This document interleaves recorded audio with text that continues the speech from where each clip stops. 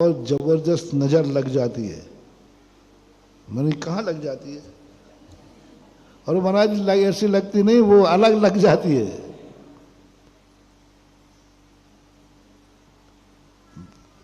मैंने कहा मेरी तरफ देखना। उसने देखा और मैंने भी देखा। वो कहता महाराज मेरी नजर उतर गई। पवित्र दृष्टि साधु का, जितना साधु, यदि साधु की आंखों में राग और द्वेष है, अपना व्यक्ति आ गया तो राग भाव से देख लिया, दुश्मन आ गया तो द्वेष भाव से देख लिया, जाओ वो कितने जिंदगी भर साधु बना रहे, उसकी आंखों में चमत्कार नहीं होगा। पहली साधना करो साधु बनने के बाद कि तुम्हारे सामने तुम्हारा दुश्मन आ जाए, तुम्हारे परिवार का लोग आ जाए, दोनों में समान दृष्टि रखो। कम से कम आप लोग मंदिर में रखो। इसी प्रकार कानों में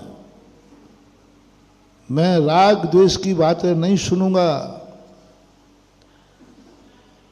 जिनकी बातें सुनने से राग बढ़ता है, कान बंद कर लो। जिनकी बातें सुनने से द्वेष जागता है, मैं वो बातें नहीं सुनूंगा, क्योंकि ये मेरा परिचित व्यक्ति है,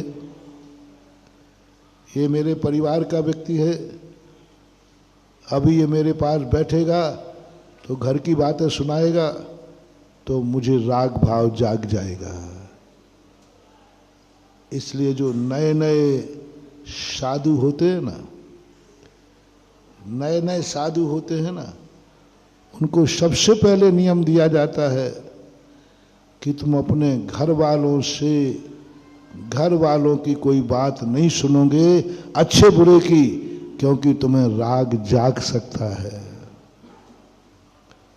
तुम्हारा सब कुछ बर्बाद हो जाएगा, क्योंकि अभी तुम नए बने हो।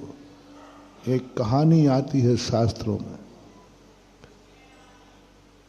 कि साधु जब बनता है उसे कम से कम 5 वर्ष तक अपने परिवार के संपर्क से दूर रहना चाहिए। कम से कम 5 वर्ष तक।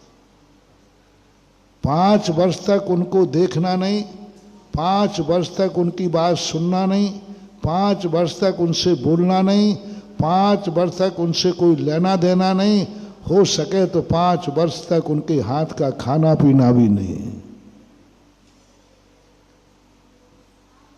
क्योंकि उनका राग बहुत तीव्र है।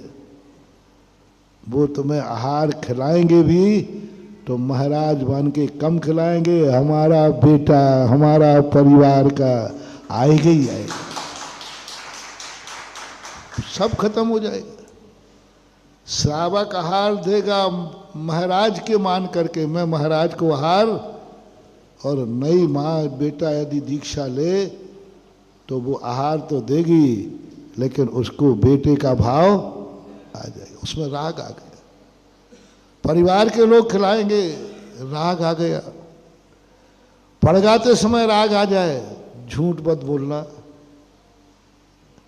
हालांकि ये सौभाग्य शायद मझोली को अभी तक मिला नहीं है कि मझोली से कोई महाराज बने हो। हारिका का तो सुना, हारिका है, हारिका है, महाराज का तो नहीं है। ये सौभाग्य अभी मझोली को मिला नहीं। एक भी मुनिराज नहीं बने। आगे की मना नहीं कर रहा हूं, बन जाए तो, और बने हो तो कोई बात नहीं, थोड़ा शेयर करना। सारे महाराज लोग हैं और आपका गांव का भी महाराज उसी में है, और आपके घर का ही महाराज और है, और एक दिन महाराज को रुकना है, तो आप कौन से महाराज की भावना भाओगे?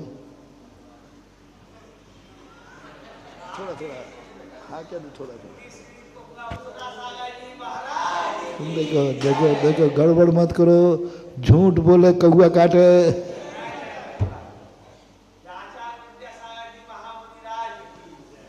भाव आएगा।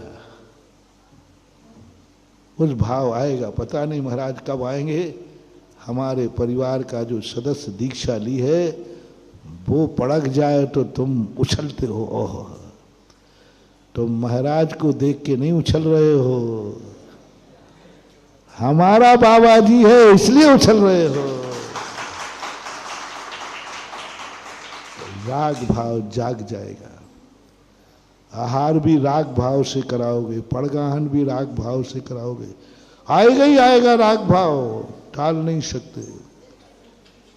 इसलिए कहा उस नगर में कम से कम 5 वर्ष तक नए दीक्षार्थी को नहीं जाना चाहिए। तुम्हें राग नहीं जागेगा, उसको राग जागेगा, और वो राग भरी दृष्टि से देखेंगे तुम्हें। परिवार के लोग तुम्हें अपना राग दृष्टि से देखेंगे। माँ बेटे की दृष्टि से देखेगा, पिता बेटे की दृष्टि से देखेगा, बहन भाई की दृष्टि से देखेगा, पत्नी है तो पति की दृष्टि से देखेगा, दोस्त यार हैं तो दोस्ती की दृष्टि से देखेंगे, मामा है तो भांजे की दृष्टि से देखेगा। ये जो दृष्टियां तुम्हारे ऊपर पड़ेंगी, तुम्हारा कच्चा वैराग्य है, तुम्हारी साधना बिगाड़ सकता है। और सामने वाले को तुम रोकना चाहो तो वो रुकने वाला, क्योंकि वो तो गृहस्थ है। तुमने घर छोड़ दिया है, घर वालों ने तुम्हें नहीं छोड़ा है। तुमने राग छोड़ दिया है, घर वालों ने राग नहीं छोड़ा है, नहीं छोड़ा।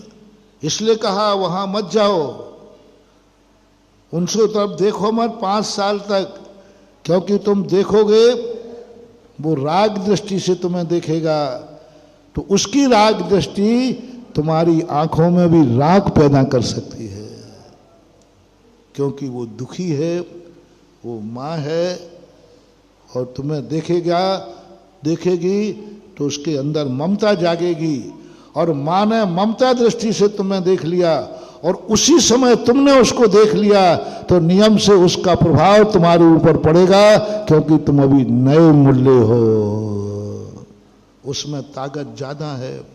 तुम्हारा वैराग